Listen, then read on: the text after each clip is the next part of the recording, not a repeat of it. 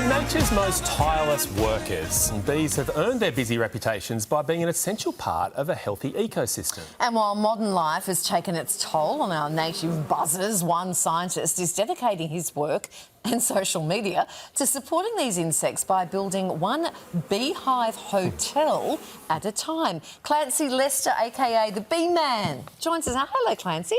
Clancy. So nice to see you. What sparked this interest in bees from you?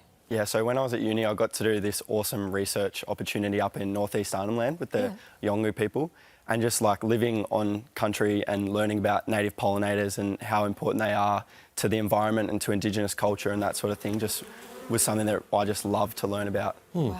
And it's always such a hot topic for a reason, because bees do contribute so much. What's the state of our bee populations right now, and what will happen if we don't act? Yeah, so insects in general, we're seeing worrying declines around the world and in Australia as well. One thing I like to say is, how many people watching today, when's the last time you remembered cleaning your windscreen from bugs? It's something we used to do when we go on a road trip. You'd have to pull over the servos, but when's the last time anyone's had to clean their windscreen from bugs?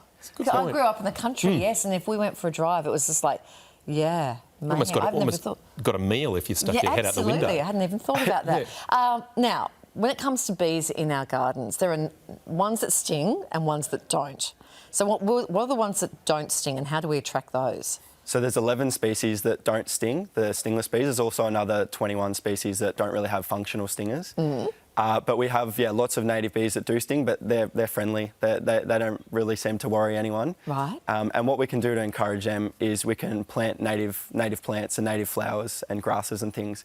Because in Australia we've been isolated for millions of years. We're an island, and a lot of our native plants around here have evolved these special interactions with our native bees and our native pollinators. So if we want to attract native pollinators, we're going to plant native plants. Okay. Small confession, I actually have native bees in my backyard. I've got a native beehive, which I love. My dog may eat a few of them from time to time.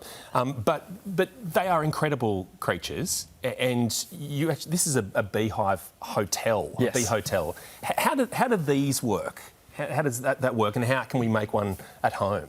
So yeah, what a lot of people don't actually know is we have a lot of bees here in Australia that don't make hives or honey and have a queen.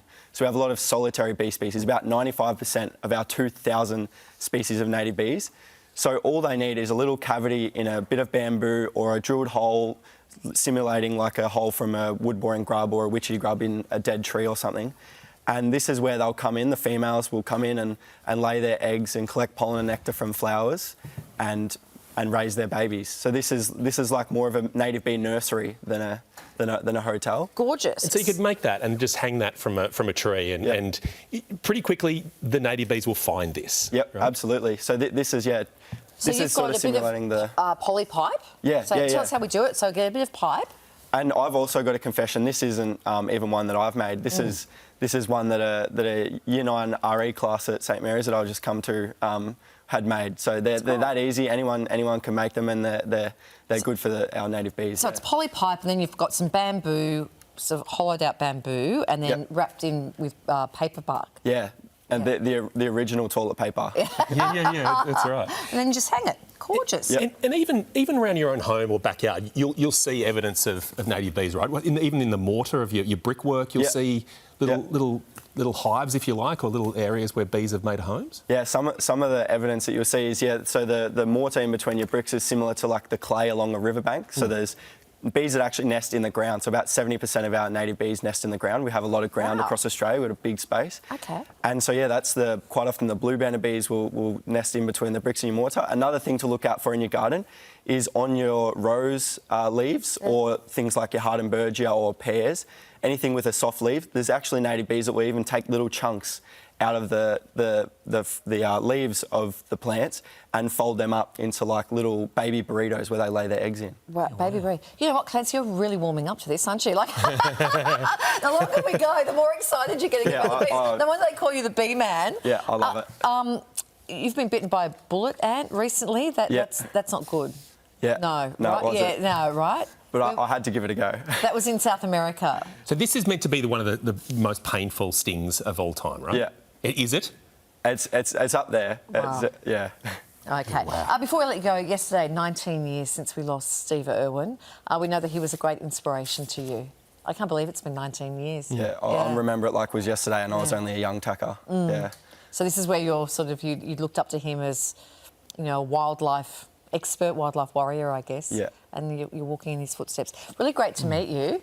Thanks for having me on. Yeah, It's been a pleasure. absolutely. We should. Awesome, that'd Clancy. be a great school holiday project. Yeah, absolutely. Go and make yourself a little bee hotel. You'd look good with one of those. Yeah, I think they look great in the garden. And also the bamboo, you don't have to hollow that out. That's actually how bamboo comes. So, Well, yes, I did realise that, but I just meant so it's something with a hollow in it. it's great. Love it, Clancy. Thank you. Yeah. Thanks for having me. Because you can blow poison darts. You could. Coming up, who doesn't love a hearty pub meal? The lads from the Bolt Inn are in the kitchen with a recipe that's gone viral with locals. If you live with